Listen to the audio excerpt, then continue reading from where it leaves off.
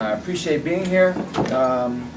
Basically, my main reason for being here, I'm just going to tell you that I'm very excited for the last going on almost a year. And I'll just tell you that I'm very excited about myself and where I'm at now, and then I'll tell you why. When I was 17, I used to box in Hartford. That's when I started when I was 14, but when I was 17, I was good enough to box with professionals that had fights coming up. I would be the guy. It was an honor for me. They would choose me to be the guy to spar with them, to help them get ready. And there was two guys in particular. I'm actually writing a book as we speak called the Iceman Diaries. I've literally kept diaries since my first day in the gym 30 years ago, when I was 12 years old. So there was these two guys, in particular guys. They were in Hartford. They were two of the better professionals in Hartford, and one of them in particular, he was known to be a very mean and rough guy. And I still have a scar from inside my mouth where he split my mouth open when I was 17. And it was, they helped me cut my teeth, so to speak. They made me learn the hard way what it was to be a boxer. They helped me advance. So I love sparring with them. It was such a, 17, and I was going to the gym every day. I was doing something that no one else in my town of Windsor would even dream of doing. I mean, banging it out with these guys, and then I see them, I'm at their fights at the Civic Center, and I'm the one that got them ready. So it was an honor, and now the thing is, years later, both of them at different points decided to make comebacks. And I was a professional at the time, and they were about, I guess they're late 30s. I was about 24 maybe. And it was just the craziest thing. I sparred with both of them, and it was so weird because one of them, I actually could see that he had really slowed down quite a bit, and I actually tried to miss him.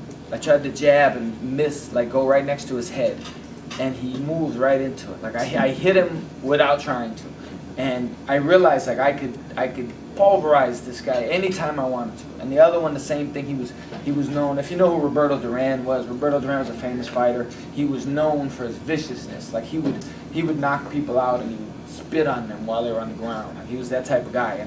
And this other fighter, he reminded me of Duran. And so we're boxing, and I hit him with a little body shot, and I heard him grunt, and he stepped back, and he was obviously in pain, and he like touched my glove, and he said, "Oh, good shot," and just it was like a tiger with his fangs taken out. He never would have done that. Like if I was 17 and I did that to him, like he would have literally tried to brutalize me. And I felt so bad. I wanted to say to them, like, come on, man, let's you're still you. Let's be you. Let's be young again. Let's fight. Let's get into it. And I realized like they had just mentally they had softened up, natural progression, I guess, and I kind of accepted that. Another time, there was a former world champion who actually is in the Hall of Fame. I don't like to expose situations like that. I won't say his name, but he's in the Hall of Fame right now. Great fighter. He's not from around here. He's from like Mexico or something. But he came. I don't know how he ended up in Hartford. He came back in Hartford. He was a little bit older. He was about 40. He wanted to fight again, so they put him in. Now let me just backtrack. This is important. When I was sparring with those two guys, I made up my mind I was never going to be like that. I was never going to be where one of the young guys that I was boxing was going to have to take it easy on me. That's important for later in the story. This Hall of Famer comes to the gym. I don't know how he found our gym, but he wanted to make a comeback. So the manager there said, "Okay, well, let's put you in. We'll put you in and see what you got left." He boxes with a novice, which is basically a guy with very little experience. And the novice, it was painfully apparent the novice had to take it easy on him, which was just mind-boggling. That would be like a little league pitcher having to take it easy on A-Rod one day. It just wouldn't happen, but it was happening right before my eyes. So again, I vowed. I said I'm never gonna be like that. So my last fight, I had my career went on. My last fight was in 2001. Very good fight. It was one of the best performances of my career. It wasn't my last fight by choice. It was just the last fight. I had trouble getting fights after, and actually 9 fights in a row fell out on me. And in the meantime, I started training fighters, so I just made the transition. But I stayed in the gym. I stayed boxing. I stayed sparring all the time, and I always said I want to stay sharp. I don't want to be like those two guys where I don't want anybody. I still felt like a fighter. I still do. And when I go to the gym, if I spar somebody, I don't do it just for fun and just to get some exercise. Like I do it like I was 20 years old. Like I tell them, you know, whatever you can hit me with, hit me. Like let's fight. I'm gonna stay that way. And I thought I was doing good, but as slowly but surely, as everybody does in every field, you know, I started slacking here and there. And mentally, I wasn't, you know, as focused as I probably would have been if I was still fighting. You know, I started gaining a little bit of weight. You know, I didn't realize I was, but I was. I was getting a little bit slower because of that. So I was gradually losing something. And when I realized it was a little over a year ago. I was sparring with one of the fighters, and he had a fight coming up, a 10-round fight.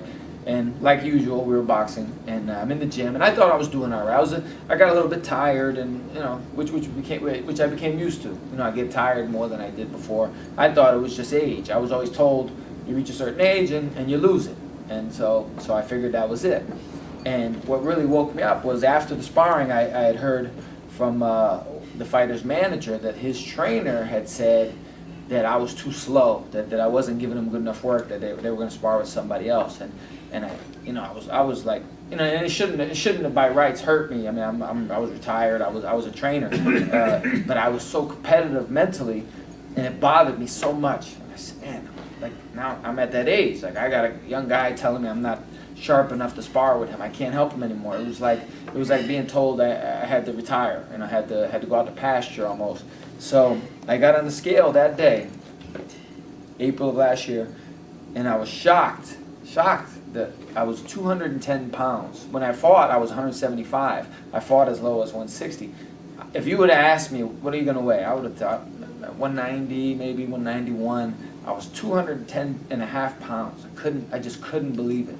And literally that day, 5 minutes later, I got off the scale. I looked at the scale for a couple of minutes just in disbelief. It's just I never thought I would be 210 pounds, and I'm looking in the mirror and I'm trying to figure out where it is, and you know, your perception of you is different than other people. Like other people probably realized I was that heavy, but me, you know, you don't see yourself the way other people do. But apparently they saw something because again, he said I was too slow to box with this kid. So I hadn't ran in 7 years. I hadn't done a minute of road. The only road work I had done was the last time I had tried to run was 2003. I was with a fighter in Florida, and it was the fighter, his personal trainer, and myself, and we said, all right, we're going to go run on the beach. We're getting ready for the fight. And we got on the beach, and I ran. I thought I was doing all right. You know, I ran for like a couple minutes, and I'm looking, and these guys are both so far ahead of me. And it just dawned on me. I said, man, what do I need to run for? I'm the trainer. And I stopped, and I went back, and there was a lawn chair. And I remember I laid on the lawn chair. And I said, man, it's ridiculous. I don't need to run. And I just waited till they came back. And we got in the car, we went, and we ate. So it was beautiful. So that was the only running I had done in 7 years, was about 150 yards. But when I saw that scale, that was such a pivotal moment for me. It was unbelievable. And that was, like I say, that was April last year, April 8th. That day I ran 5.3 miles. And I mean, I guess maybe it was adrenaline or whatever, but I breezed through 5.3 miles like I was walking from here to that door. It was so easy, and I was so motivated. And I've been running ever since, and I've been training ever since. And I changed my diet. And a few months later, I checked the scale, 176 pounds. Got down. And I'm actually, because the winter was coming, so I'm still on my diet, but I don't even know what I weigh. I haven't weighed myself. I might even be under 175. My goal was to make my fighting weight, which is 175. The last time I actually weighed 175 was August of 1998. If I'm not 175 now, I haven't checked my weight in a few months, but I will be by June for sure. As soon as it warms up, I'll be focused again. What happened was, after I lost the weight, I called the kid whose trainer had said I was a little too slow to spar with. So I said, hey, you got a fight coming up, and I'll work with you. And he saw that I had trimmed up, so we boxed, and we did 12 rounds, and I was very light on my feet. I was elusive, and so afterwards, and I didn't say anything to him. I just wanted to see what he was saying. And the kid came up, and he was so excited. He goes, oh, it's unbelievable. Like, you're so much faster. You're so fast. He goes, I couldn't even hit you. And that was just music to my ears. So I'm just, that's why I'm feeling so good. I box all the time now. I did 10 rounds this past Sunday. And I did 6 rounds yesterday with a fighter who's fighting April 1st on the show. And so I'm just, basically my message is, I'm living proof, the age and the mentality you have to have, the mentality you end up having sometimes is, it's by your doing, it's by your choice. And I was well on my way to just allowing myself to slip. And 210 pounds, I just couldn't imagine. I just can't even, to this day, I can't even imagine. I keep checking the scale to make sure that I'm actually 176 pounds. So I'm actually have a program, and if anybody's ever interested, the gym is the Lions Den in Middletown, Newfield Street in Middletown. I have a program there where I train fighters. I have professionals, I have amateurs, I have guys that just want to box, they don't want to actually fight. I have guys that don't want to fight or box at all, they just want to exercise. Some of them, the oldest one is 52, some of them are in their 40s, some of them are in their late 30s, and then there's professionals and Golden Glove amateur champions. I train all of them together, and it's a great thing. I have one of the guys is 48 years old, and so I use myself as an example about the dedication and eating right, and turning your whole program around, eating right, focusing. We went out to Cheesecake Factory for my birthday, and the whole family was there. My father was there, my stepsons were there, everybody was there, and I love cheesecake, and everybody ate the cheesecake, and I didn't. I ordered a food cup, which was a big thing for me. So it's proof, because if anybody could pass up a cheesecake, if I could, that's unbelievable. I mean, I used to eat a large pizza, literally a large from Domino's, a large pizza, and then a bowl of ice cream and a can of soda, in one sitting without even. I would pick the piece up and I wouldn't put it down until it was gone. I'd never put it down. And I would eat that like nothing. Like my diet, I could eat anything, anytime, anywhere, any amount. And so for me to choose the fruit cup was pretty impressive. Everybody was impressed, and so the dedication is there. The focus is there. I'm more focused and more dedicated now. At 40, I'm 43, by the way. I'm more dedicated and more focused now than I was when I was 23. And that's a fact. And the crazy, and it actually bothers me to a certain degree. You always say the famous thing is, I wish I knew then what I know now. And man, if I knew then what I know now. I had fights where losing the weight got to be so taxing on me. A couple of quick examples. I was fighting one time in a fight in Hartford. It was they estimated it was about 112 degrees in the arena, because whoever's bright idea was to do this in the arena, but they had a fight in an arena which wasn't an arena. It was an old warehouse. There was no ventilation at all, and it was an ESPN fight. It was in the summer, so you take the heat of the summer, you take the heat of 600 people cramped into this place, and then you take the ESPN keg lights that are above the ring. It was so hot that I literally, and I was losing weight. I was having trouble struggling to make the weight. To make a long story short, I actually suffered from, and I'm not sure what the term is, heat stroke or heat hallucinations. I was in the fight, and I thought I was in the dressing room thinking about the fight, and it was so bad that at one point I slipped on some water, and I went down, and I'm on the floor, and in the fight, and I was actually saying to myself, man, did he hit me? Did he hit me, or did I slip? Like, I couldn't figure out. And I'm like, man, is this really happening? Like, do I even need to get up? Am I dreaming? What's going on? And when I knew I was in a real fight was I looked over, and my friend Dino was standing outside the ring against the wall. And it occurred to me, right while I'm on the ground, I said, man, Dino's here. I said, we're in a fight. This is crazy. And I got up. I went 10 rounds. The fight was over. Now it's pretty serious. The fight is over. They bring me to the hospital. I went in my friend's truck. I don't, to this day, to this minute, I don't know who. Mickey Mouse could have been in the truck with us. The only people I know for sure is my friend Dino, who was driving, and Mike, who was in the back. And the only reason I know he was there because he was talking. There could have been, you could have been there. I don't know. I was blind. I actually lost my vision. I got to the hospital. I still didn't know if I was dreaming. I'm in the hospital. I'm in the waiting room, and they have the TV in the waiting room. And I heard on the TV above me, it said, tonight, live, we were at the San Juan Center for Boxing. And I said to myself, I mean, listen, let me see if they mention my name. Let me see if I fought. Or let me see if the dream is going to mention my name or whatever.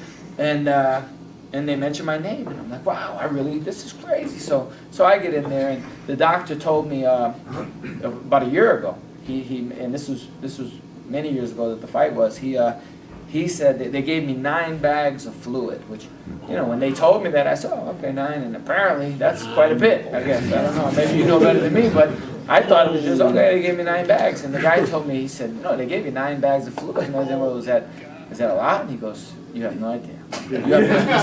He said, we actually thought you were heading towards dying. He said, we thought you were in that area. You were on your way, you were on that street looking for the house. And, that's like, I had no idea, but that's what weight loss had done to me now. But the thing is, you fast forward all these years, I made 176 now easier than I did back then. Much easier, because I don't stress about it, I just staying focused and, whatever it is. I mean, I like to consider myself a role model to my guys. And so again, I have my program, I'm sparring with the guys all the time. And the great thing is, I spar with my guys, and I'm actually, instead of being the guy that's too slow to work with them, I'm actually the guy. I have 4 fighters in particular that I work with. Chip Perez, Matt Romillard, Mike Oliver, and Matt Godfrey. All of them are top flight professionals. And each one of them, it's a sort of a ritual, especially Chip, who's fighting April 9th in Hartford. They know they're ready. He can't go into a fight now unless he spars 10 rounds with me before the fight. He told the newspapers that he said, I don't feel like I'm ready for a fight until I can do 10 rounds with him. So I'm 43, he's 23. So that, makes me feel good, and it makes me, I don't just say what you should do. I tell you what I'm doing, and that you can do it too. So that's my goal. And today I'll be at the gym, the Lion's Den on Newfield Street in Middletown. And if anybody ever wants to drop in, they have women's classes, they have my program, they have the men's classes, they have the Muay Thai, they have kids program, and 4 to 7 Monday through Friday I'm there. You can come by, you can be in the program. I'm telling you, we actually have a guy. He's I'm guessing 62. A guy named Walter. 62. He's a school teacher. Walter spars. He sparred me one time 6 rounds. I'm not, granted I'm not trying to murder Walter, but but Walter boxes, he boxes with me, and so that's the kind of clientele I'm looking for. Kids, adults, professionals, amateurs, all my guys train together. I've got 48-year-old insurance agents that train with 23-year-old Joseph Perez, and what he does, they do. Age is in my gym. The motto is age is nothing but a number, and that's just the way it is. That's the fact. So that's where I'm at now, and that's why I'm excited. So I hope you're a little bit excited too about it. Something from my book, and the printer broke this morning, or something happened to it. But actually, I could give you, if anybody's interested, I actually have on my website, I have 8 excerpts from my book. The website's easy to remember. It's icemanjohnscully.com, and there's a section called the Ice Box on the top. You click on the link, and it's good. It's interviews and articles about me or with me on my career. And at the very bottom, there's 8 excerpts from the Iceman Diaries. It's basically an autobiography that branches off into things I've seen, and mostly things I've seen and people I've met in the boxing game. Muhammad Ali and Sugar Ray Leonard. Sugar Ray Leonard was actually going to manage me when I turned professional in '88, but he was still fighting at the time, so I figured he was a little bit busy. He wouldn't be able to focus on me. Mickey Ward is in there. If you did anybody see the movie The Fighter by any chance? Anybody? Great movie. We talked about it. Those 2 guys, Mickey and Dickie, are friends of mine. They're from Lowell, Massachusetts, and if you haven't seen the movie, go see it. If you have, you said you did see it, right? Well, I'll tell you, just an interesting side note. Christian Bale is said to maybe, I don't know, did he win any Academy Award for his? Yeah, he did. Yeah. Okay, well he won Supporting actor. Right, okay, well he won the Academy Award for his role as Dickie Eklund, and everyone said, oh wow, he did really good. He was really spastic, and he was all over the place. And I tell people with not an insult at all. It's just with adulation. But he didn't even capture Dickie. Like if you met Dickie Eklund in real life, he's like the Tasmanian devil. He's all over the place. He's a lunatic. And a funny thing, there's a scene in the movie where he's a grown man. He's like in his 40s, and he's trying to get away from his mother. His mother knocks on the door, and so he jumps out the second floor window onto a bunch of mattresses so he can get away. And then, of course, when he gets up, she already knew what he was going to do, and she cut him off at the pass.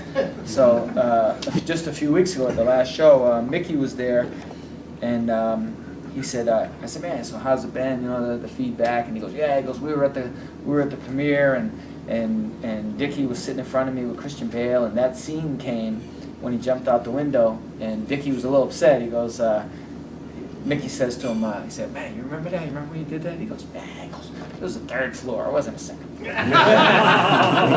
That's true. Like I said, if you ever meet those guys anywhere, Dickie or Mickey, believe me, go right up to them. Don't hesitate. They're the greatest, most approachable. They can't believe that people, to this day, they can't believe people want to meet them. Like Dickie is so humble. It's like he can't believe, he doesn't know he's Mickey Ward. He thinks he's Mickey from Lowell, and like if you're looking at him, he's wondering what you're looking at. And he doesn't realize that he's famous. It's just it's really really cool to see. They're really good guys. I was actually supposed to be with them last night. Mickey was going to work the corner with me in a fight in Boston, and the fight got canceled yesterday morning, last minute. I'm not sure why, but yeah, if you haven't seen the movie, go see it. It's spectacular, and it's really a true story. Like almost everything in the movie is true. Many of the people in the background are actually real Lowell boxing people. If you remember, there's a scene where the police hit Mickey on the hand with the nightstick, and they were fighting outside, and a kid rushes into the restaurant. He says, hey, they're beating up Dickie down the street. That's actually Dickie's nephew in real life, Sean Eklund. He's the one that came in, so he's not an actor at all. He's just a local. He was supposed to fight last night on the show. So I highly recommend that movie. And actually, as a tie-in, I'll tell you a funny thing, now that you mention it. Dickie is actually one of my role models now, and he has been for what I'm doing now. Back in 1998, so he would have been, I'm guessing late 40s. In 98, he was older than I am now, and he came to the gym in Hartford from Lowell. He brought a fighter, Gilberto Brown, who was a world-ranked light heavyweight. He was about 23 years old. He was fighting on ESPN the following Friday. So they come, and so Dickie and him are working on, like Dickie does to this day. After they were done done sparring, he brought Gilberto to the back and started doing exercise with him. Now most trainers, they just say, all right, do 20 push-ups, do this, hit the bag 2 rounds. But Dickie, he actually works out with you. Like if you're doing 20 push-ups, he's doing 20. You're doing crunches, he's doing crunches. So there's the funniest thing. He's down there. He's on his back, and he's holding his legs up. You hold your legs 6 inches off the ground for a while, and it may look easy, but it's really not. And Gilberto actually kept quitting, and Dickie was almost was mad, and he's holding. I mean, Dickie didn't even budge. His legs, these were his legs. His legs stayed up like this, and he's yelling at him, "Come on, put your legs up. What are you? Come on, let's go. Lift your legs." And it's just unbelievable, and that actually inspired me to kind of be like I am now. He's one of the role models. He's one of the people that pushed me to be in great shape and to train my fighters. And my motto, I assume his motto and mine is, and I laugh about it, but I'm serious. And if I can do it and you can't, I mean, you should be ashamed of yourself. You're 23 years old. You're a professional athlete. This is your life, and you can't do it. You can't do it. So so far, it's working out pretty good. When I was 12 years old, I read Muhammad Ali's autobiography, and I guess I wasn't old enough to really understand the political aspects of it, but I was old enough to understand that this was a special guy, and everybody seemed to like him, and he was famous, and I knew that. I remember one time they had one of his fights was coming up, and in the Hartford Times they had an iron-on of a butterfly and a bee put on your t-shirt. My brother had it first, and me and him fought in the basement because I wanted to get it, and so I ended up getting sloppy seconds, and it was faded and whatever. But I knew Muhammad Ali was big, and when he said in his book that he never did drugs and he didn't drink alcohol, I said, man, it just caught me. I said, this guy's, I guess he's the most famous athlete in the world, and everybody seems to know who he is, and they like him, and they must have offered him something, and if he doesn't do it, so I said, man, I guess I'll just follow that route. And I'm 42 years old now, and I've never, and a lot of people don't believe me, but no reason to lie, I've never tasted alcohol in my life. Never had a beer, never had a sip of beer, never had a wine, never had a drug, never had a cigarette, never, not that it's bad, but for whatever reason, I never had coffee. I also never had cottage cheese. I haven't had a lot of stuff, I've never done alcohol, and I actually credit Muhammad Ali with that. Like, it was just a simple thing. I read he didn't do it. That was it. I made up my mind. I don't need to do it. And I believe that probably plays a part in why I'm in the shape I am. But granted, Dickie was he did everything I didn't do many times over. But he, his energy is just so high. Like I said, I highly recommend watching the movie. And they actually show him and him and Mickey at the end. They're real people. They show them at the end talking, and you kind of get a glimpse of his exercise, his energy. And but that's what I use. Yes? Tell me about the business side now, about professional boxing and how these young people actually make a living doing it. Most don't, to be honest with you. Most, professional boxing is, when I was a kid, I watched TV. They used to have the fights on Saturday and Sunday afternoons on CBS, NBC, and ABC every weekend. I mean, they don't do that anymore, and it's actually probably affected boxing in a big way. But they used to have it where you could watch Sugar Ray Leonard on Saturday afternoon for free. Tommy Hearns, Marvin Hagler, Larry Holmes. Now you have to pay pay-per-view to watch that level of boxing. It was huge back then, but the same as back then goes for now. When I turned professional, people because I was a big amateur. It was like we set a record in the Hartford Civic Center Assembly Hall for the attendance record for my pro debut. So people assumed that translated to big money. I was a big amateur. I was number 4 in the country when I turned pro. They assumed, I had people say, "Man, what'd you make for that fight?" Like, $20,000. I'm like, "How much what was your cut?" I said, $1,000 when I turned pro. And actually, that was generous because of who I was. Most guys back then, when they turned pro, it was $100 a round. So when you saw a guy fight 4 rounds, he fought for $400, and that's minus his trainer fee, which is 10%. So that's 40. And then if his manager decides to take his cut, that's another 33%. So most fighters, professional fighters, you would think, like, I'll give you an example. You take in the NFL, not necessarily the worst, but the guy, the kicker, the second place kicker on the worst team, whoever that is. I don't really follow football, but you take the second place kicker on the worst team in the NFL. He's making $350,000 a year. He's never going to kick a ball in his life. Like that main kicker's never going to get hurt. He's going to go 10 seasons sitting on the bench. He's never going to kick a ball in his career, and he's going to come away with millions by the time he's done. By the same token, they right now, you could look in the world rankings and the way the boxing works. You could take the number 8 middleweight in the world, and it's likely, if he had a slower year, he might have grossed $30,000 last year, $25,000 total. He fought 4 times. He fought for $8,000 for one fight. He fought a smaller fight for $2,500. When you hear about Tyson and Holyfield and the mega millions, believe me, that's probably less than 2% of boxing is reserved for guys of that stature. Everybody else is making, I know a guy fought recently 4 rounds, and he came away with like $260. And the funny thing is, when you box in Connecticut, it's a good thing, but they require more medicals than most states. Some states you could go to and fight. All you have to do is take a blood test, and you get licensed. Connecticut, you need an EKG, an EEG, you need a stress test, you need a HIV test, you need a hepatitis test, you need all these things. So you're talking, a guy would have to spend, if he didn't have a manager, he would have to spend about $1,600 so he could make $400. That's the reality of it. So the business isn't quite to my liking, and that's why I made up my mind when I was young. Like when I was lucky. When I was 14, I officially started boxing, and I knew right away. I was going to be in it for the rest of my life. Like I don't know how I knew, but I knew.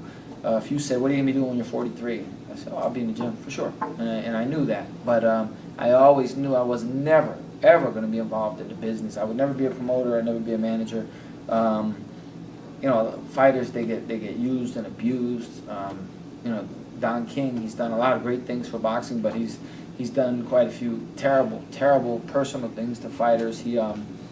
Muhammad Ali, when some of you might know the story when he fought Larry Holmes at the very end of his career, and he had a thyroid problem that people didn't know about. He was really weak, and in the fight, I mean, he was so lethargic. It was almost like he wasn't even there. And one of the sports writers compared it. He said it was like an autopsy being done on a live man. He said that's what the fight was like. And so he was really beat up after the fight. He was in the hospital. And the story goes that Don King had shorted him. I don't know, quote me, I believe it was $3 million. It was at least it was in the millions. It was 1 or 3. Don King got a hold of one of Ali's associates to set up a meeting, and he got King into the hospital. He brought $100,000 in a duffel bag, and he brought it in. Ali was still in bed, still in the hospital bed, and he said, "Oh, you know, we didn't do as good on the fight as we thought, but here, if you sign this paper, this $100,000 is yours." And Ali signed it and took $100,000, and he should have got I believe it was $3 million more. That kind of stuff happens all the time, all the time. I had a fighter one time. He had a manager, and I didn't know this till much later. The manager, basically, it's an investment. If I manage a boxer, I pay him a weekly salary, you know, $200, $300, $400, $500, whatever, depending on his level. And if he needs some shoes, I buy him some shoes. If he needs, you know, boxing shoes. If he needs gloves, I buy him gloves. If he goes to a fight and he's going to be there for 4 days, he needs a rental car, I pay for the rental car. That's part of my investment. Hopefully he makes the money back later on a big fight. So I had this fighter, and his manager was doing that. He was buying him the shoes, and he was, you know, "Oh, I need some hand wraps. Okay, here's some hand wraps. Here's some gloves. Here's this. Oh, we got to rent a car. We're in California. We got to rent a car." I found out later the manager was taking all of that back when the fighter got paid for the fight. So if he let the kid borrow, hypothetically, give him $1, then when he took his 33% of the purse, plus he took that $1 and let him borrow to buy a soda. And I didn't know that till later. So basically, the point is, what do I need you for? If I'm just basically borrowing the money and I'm giving it back to you, I could borrow from my father and never have to pay him back. And like my father would let me borrow the money that I need, and I could just give him the money I have and keep the 33% for myself. So that kind of stuff, you know, you get a lot of fighters there. Even myself. My manager was a lawyer. My first manager was a lawyer at the time, a pretty big lawyer. You'd know him if I said his name, but he was my manager, and he had me sign my contract.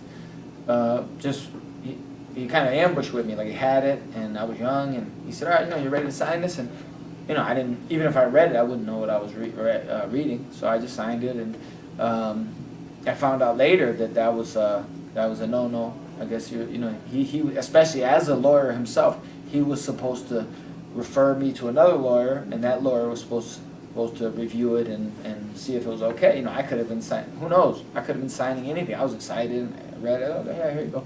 I don't know what I'm looking at. So he did that. You know, I could have signed my life away to him. That kind of stuff. That's why I really despise the business of boxing. And I'll never be a boxing businessman. I'll train boxers, and that'll be it.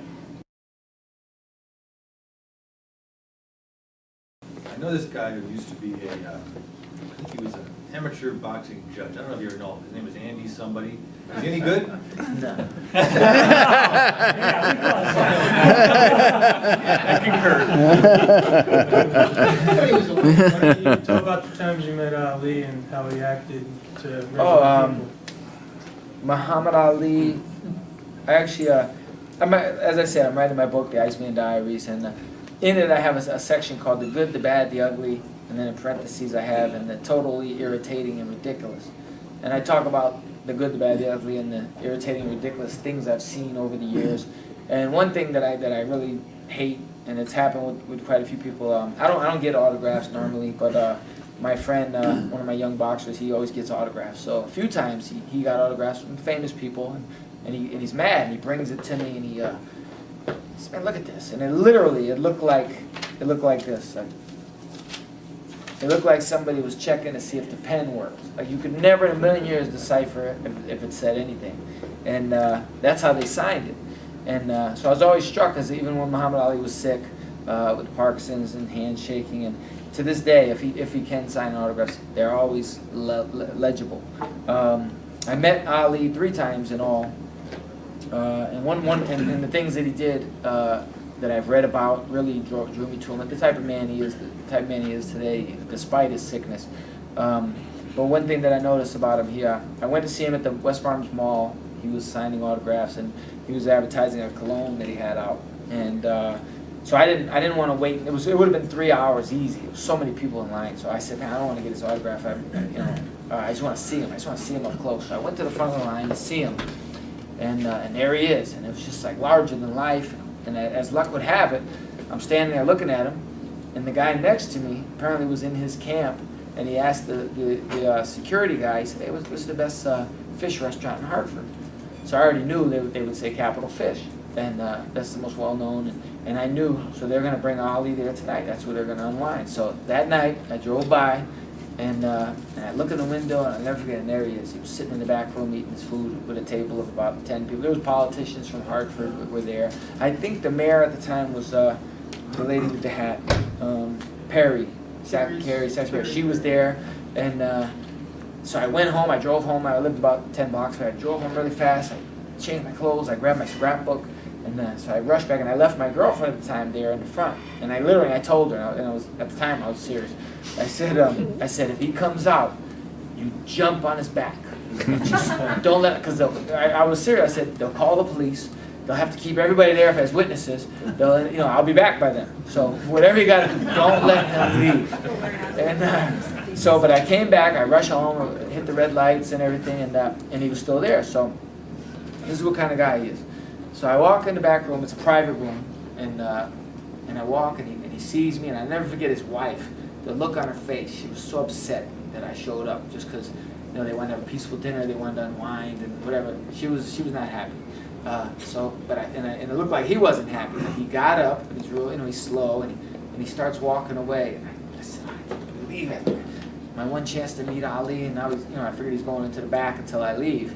And I don't know if he knew I was a boxer. I don't know what or why he would do this, but he came around the table, and he put his hands up, and he started shadow boxing with me. So that was it. I dropped my book, and I took my coat off, and we started shadow boxing. So we're shadow boxing. It seemed like a long time. It was probably a minute maybe. And the girl I was with at the time, she took pictures, and I have them. They're actually on my website. And so then he stops, and he gives me a hug, and then he motions to the book. He wants to see my book. So he's reading my book. He's reading the articles. He's pointing to the pictures, and he's whispering things to me about the picture, like one time he said, "You're a bad man," and stuff like that. And then he said to her, then he looked at her, and she was actually really nervous, and he's looking at her, and then he whispered in my ear, he goes, "She's a fox." Just stuff like that. And so then we're done, and he goes and sits down and hugs me goodbye. And I just met the guy, the most famous athlete in the world. He hugs me goodbye and goes and sits down. So the next day he's scheduled to be at Buckland Mall, and so I said, you know what, I want to go over there. I just want to see him one more time, just from a distance. I'm not going to wait in line, or I just want to see him before he leaves. So we get there, and I'm waiting outside, and here he comes. He gets out of the limo. Now, granted, the day before, he must have seen hundreds of people. He's seen thousands, millions, maybe in his life, and he's just tired. And it was early, and it was like 9 o'clock, so he didn't get much sleep, I'm sure. So he's walking up. And I don't know many famous people that would do this, that would even remember. He walks up, and he recognized me, and he recognized her, and he stops, and he whispered in her ear, "Take good care of him." And then he walked in. So that's one. And one more story. A friend of mine from because I'm writing the book, and I'm going to include this brief story. Guy from Hartford, Joe Casano. He's about 55 now. Italian guy, and he said he grew up in a house where Muhammad Ali, he said, according to his father, Muhammad Ali was the reason for all the ills in the world. Whatever was wrong with the world was Muhammad Ali's fault. He didn't go to Vietnam and, this, that, and the other thing. It's his fault. But Rocky Marciano, he's the man. He's the greatest of all time. He would have killed Ali, etc., etc. But this guy, despite his father's wishes, he was an Ali fan.